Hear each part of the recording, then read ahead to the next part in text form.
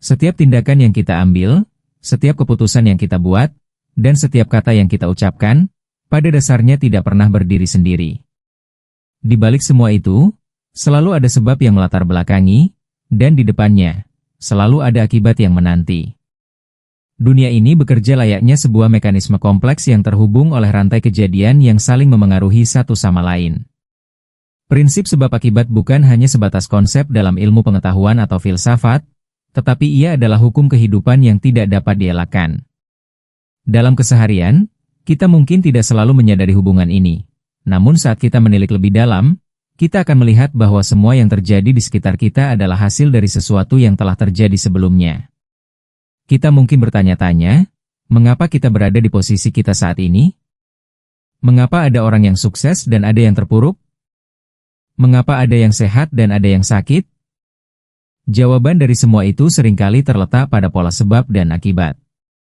Orang yang hari ini sukses, kemungkinan besar telah menanam benih kerja keras dan konsistensi sejak lama.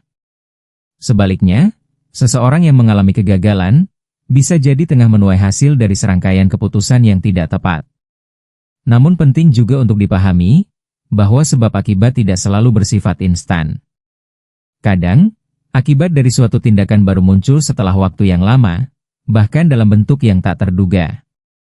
Dalam kebijaksanaan kuno, terutama dalam ajaran timur seperti hukum karma, prinsip sebab akibat dianggap sebagai hukum moral semesta. Apa yang kita lakukan, entah baik atau buruk, suatu saat akan kembali kepada kita dalam bentuk yang setimpal.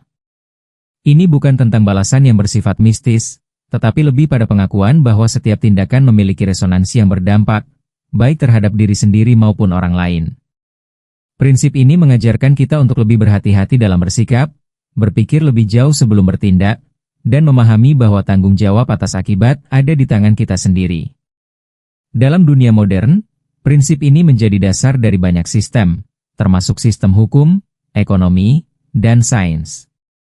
Di pengadilan, seseorang dihukum karena akibat dari perbuatannya. Dalam ekonomi, krisis bisa terjadi sebagai akibat dari kebijakan yang diambil bertahun-tahun sebelumnya. Dalam sains, eksperimen dijalankan untuk membuktikan hubungan sebab akibat antara variabel. Semua ini menunjukkan bahwa dunia diatur oleh pola logis, dan memahami pola ini dapat membantu kita membuat keputusan yang lebih bijak, serta menghindari konsekuensi yang merugikan.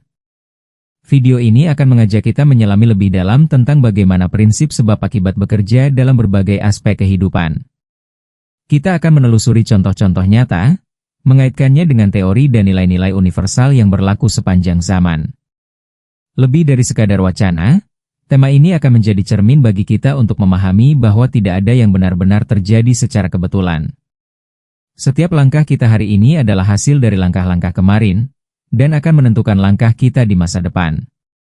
Maka mari kita mulai perjalanan ini dengan kesadaran penuh, bahwa memahami prinsip sebab akibat bukan hanya penting, tetapi juga mendesak dalam hidup yang semakin kompleks ini. Prinsip sebab akibat adalah hukum universal yang menyatakan bahwa setiap peristiwa, keadaan, atau tindakan memiliki pemicu atau penyebab yang mendahuluinya, dan akan menghasilkan dampak atau konsekuensi tertentu. Tidak ada sesuatu pun yang terjadi tanpa alasan. Dalam kehidupan sehari-hari, prinsip ini tampak sederhana, namun sebenarnya memiliki kedalaman yang sangat kompleks. Kita bisa mengamati bagaimana tindakan-tindakan kecil seperti memilih untuk bangun lebih pagi dapat memengaruhi produktivitas sepanjang hari, atau bagaimana keputusan-keputusan besar seperti memilih pendidikan dan karir akan membentuk masa depan seseorang secara drastis. Di dunia ilmu pengetahuan, prinsip sebab akibat menjadi dasar utama dari proses penelitian dan eksperimen. Para ilmuwan menggunakan metode ilmiah untuk mengamati dan membuktikan hubungan antara variabel, menyusun hipotesis, mengujinya, dan menganalisis hasilnya untuk menentukan apakah suatu efek benar-benar disebabkan oleh suatu faktor. Tanpa prinsip ini, tidak akan ada cara untuk menjelaskan bagaimana dunia bekerja secara logis dan sistematis. Segala sesuatu akan tampak acak dan tidak dapat diprediksi. Padahal dalam kenyataannya, segala sesuatu memiliki pola yang bisa dilacak melalui jejak sebab akibatnya masing-masing. Dalam ranah filsafat, prinsip sebab akibat juga menjadi fondasi penting dalam memahami eksistensi dan realitas. Filsuf seperti Aristoteles dan David Hume membahas konsep ini secara mendalam untuk menjelaskan hubungan antara ide, tindakan, dan realitas fisik. Bahkan dalam ranah spiritual, seperti dalam hukum karma di ajaran Timur, sebab akibat dipandang sebagai kekuatan moral yang mengatur keseimbangan hidup. Semua itu menunjukkan bahwa prinsip ini tidak hanya berlaku secara ilmiah, tapi juga menjadi bagian dari kesadaran kolektif manusia dalam memahami makna hidup, tanggung jawab, dan konsekuensi dari pilihan yang dibuat. Bayangkan seseorang yang kehilangan pekerjaan karena datang terlambat terus-menerus. Sekilas, kehilangan pekerjaan itu tampak sebagai kejadian yang menyedihkan atau tidak beruntung. Namun jika ditelusuri lebih dalam, kejadian tersebut adalah akibat langsung dari kebiasaan buruk yang terus diulang tanpa perbaikan. Dalam kasus ini, penyebabnya adalah kelalaian terhadap waktu, dan akibatnya adalah kehilangan penghasilan serta terganggunya stabilitas hidup. Ini adalah contoh nyata bagaimana prinsip sebab akibat bekerja secara logis dan berkesinambungan, bahkan dalam kehidupan yang paling sederhana sekalipun. Contoh lain yang relevan dapat dilihat dari krisis lingkungan yang saat ini kita hadapi. Polusi udara, perubahan iklim, dan kerusakan alam tidak terjadi secara tiba-tiba. Semua itu adalah hasil akumulasi dari tindakan manusia selama puluhan bahkan ratusan tahun, seperti deforestasi, emisi karbon dari kendaraan, serta eksploitasi sumber daya alam secara berlebihan.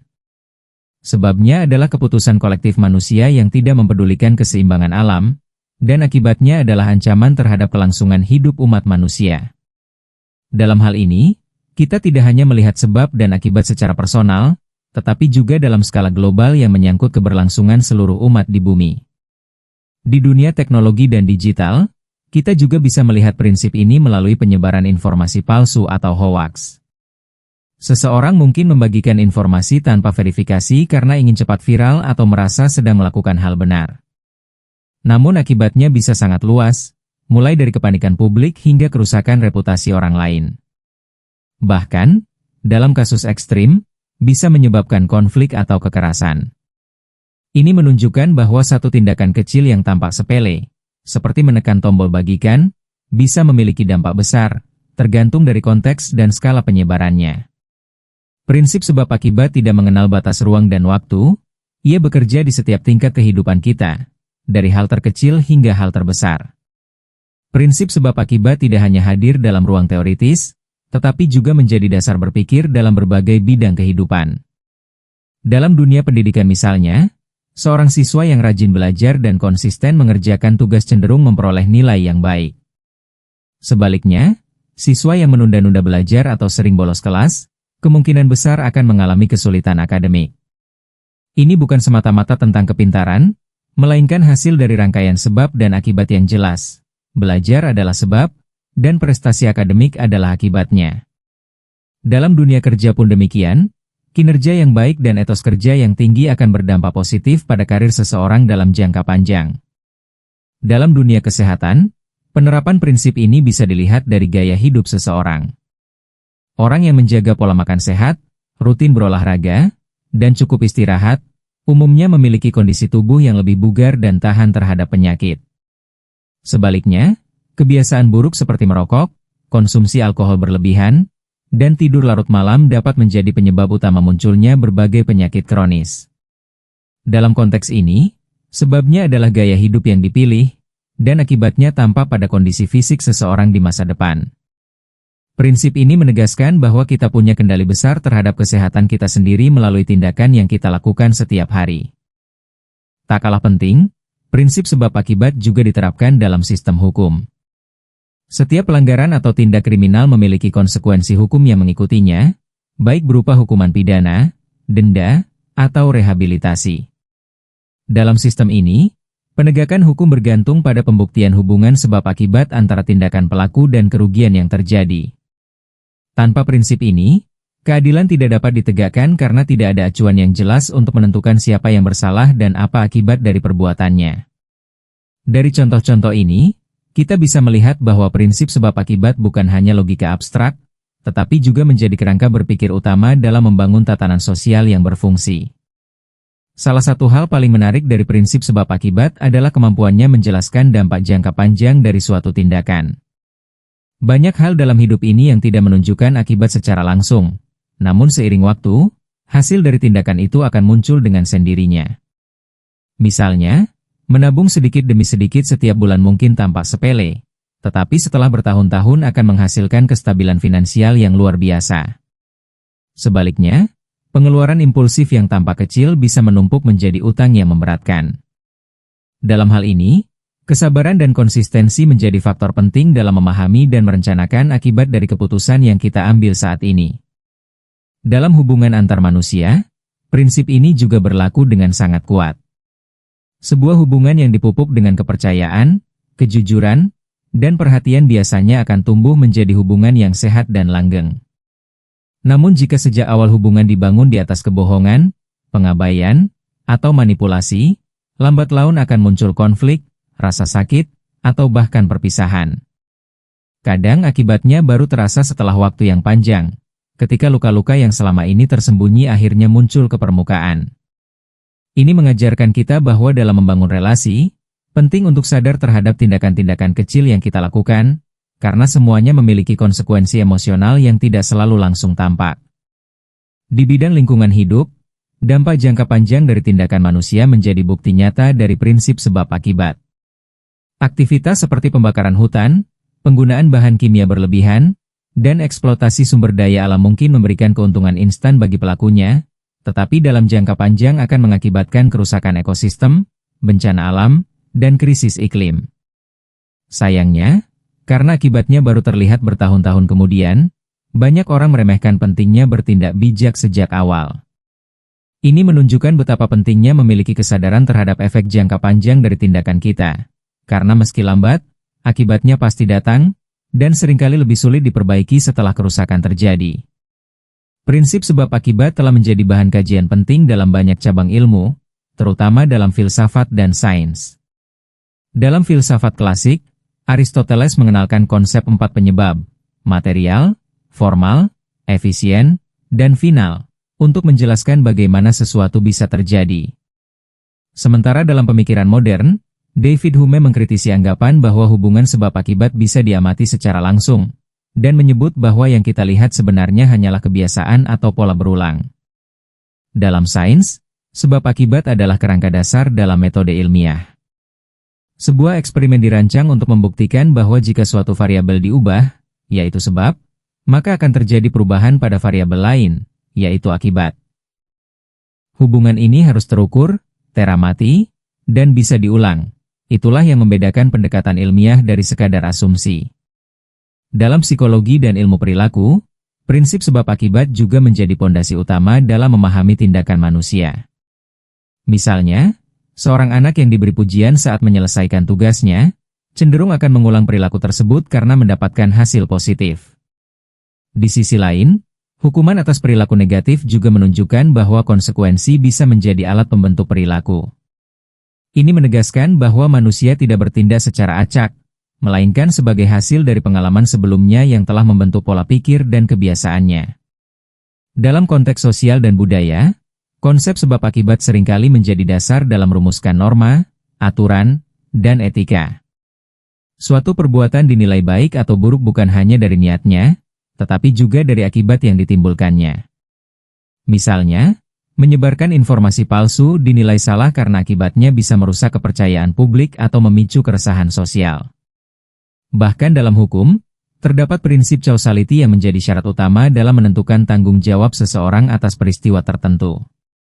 Ini menunjukkan bahwa sebab akibat tidak hanya menjadi konsep logika atau ilmu, tetapi juga menjadi landasan moral dalam kehidupan manusia, dan memengaruhi cara kita menilai tindakan serta menetapkan keadilan. Dari itu, penting bagi kita untuk menoleh ke dalam diri sendiri dan bertanya, tindakan apa yang sedang saya lakukan hari ini, dan akibat apa yang mungkin akan lahir darinya? Apakah keputusan-keputusan kecil yang saya ambil, seperti memilih diam saat melihat ketidakadilan, atau menunda pekerjaan penting, akan memberi dampak besar di kemudian hari? Pertanyaan-pertanyaan ini bukan untuk menyalahkan diri sendiri, tetapi untuk menumbuhkan kesadaran bahwa kita memiliki andil penuh dalam membentuk masa depan kita, baik secara pribadi maupun dalam skala sosial. Refleksi semacam ini akan membantu kita menjadi pribadi yang lebih bertanggung jawab dan bijak dalam bertindak. Pernahkah kita merenung mengapa suatu hal buruk atau baik bisa terjadi dalam hidup kita? Apakah semuanya murni kebetulan? Ataukah itu hasil dari pilihan-pilihan yang pernah kita ambil di masa lalu? Prinsip sebab akibat mengajak kita untuk melihat hidup sebagai sebuah rangkaian yang saling terhubung. Tidak ada hal yang benar-benar terjadi begitu saja. Apa yang kita lakukan hari ini akan beresonansi pada esok hari, entah dalam bentuk keberhasilan, kegagalan, pertemuan, atau perpisahan. Karena itu, jika kita ingin menciptakan kehidupan yang lebih baik, maka kita harus mulai dari mengubah tindakan dan pola pikir kita sekarang juga. Terakhir, mari kita bertanya, jika saya terus melakukan hal yang sama seperti hari ini selama 5 tahun ke depan, kehidupan seperti apa yang akan saya miliki? Pertanyaan sederhana ini bisa menjadi kompas untuk menilai apakah sebab-sebab yang sedang kita tanam sekarang sejalan dengan akibat yang kita harapkan di masa depan. Bila tidak, maka mungkin saat inilah waktu terbaik untuk mengubah arah. Karena pada akhirnya, hidup adalah cermin dari sebab yang kita ciptakan, dan tidak ada perubahan yang akan terjadi tanpa dimulai dari keputusan sadar untuk bertindak secara berbeda. Prinsip sebab akibat bukanlah ancaman, melainkan alat pembebasan, jika kita memahami dan menerapkannya dengan tepat. Dari pembahasan panjang mengenai prinsip sebab akibat, kita bisa menyimpulkan bahwa tidak ada satupun kejadian di dunia ini yang berdiri tanpa alasan. Setiap tindakan, sekecil apapun, memiliki potensi untuk memunculkan dampak yang jauh lebih besar dari yang kita bayangkan. Baik dalam konteks pribadi, sosial, ilmiah, maupun spiritual, prinsip ini mengajarkan kita untuk hidup dengan kesadaran penuh atas pilihan-pilihan yang kita buat. Dengan memahami dan mengakui keberadaan hukum sebab akibat, kita dapat lebih bijak dalam merencanakan masa depan, serta lebih bertanggung jawab terhadap konsekuensi yang muncul dari tindakan kita sendiri. Sebagai penutup, mari kita jadikan prinsip sebab akibat ini sebagai panduan untuk hidup yang lebih sadar, terarah, dan bermakna. Saat kita tahu bahwa setiap langkah hari ini menentukan arah hari esok, maka tidak ada lagi ruang untuk bertindak gegabah atau meremehkan keputusan yang tampak sepele. Kita adalah perancang utama dari akibat yang akan kita tuai di masa depan, dan itu berarti kita juga punya kuasa untuk mengubahnya. Mulailah dari hal kecil, karena seringkali perubahan besar dimulai dari kesadaran akan sebab yang sederhana.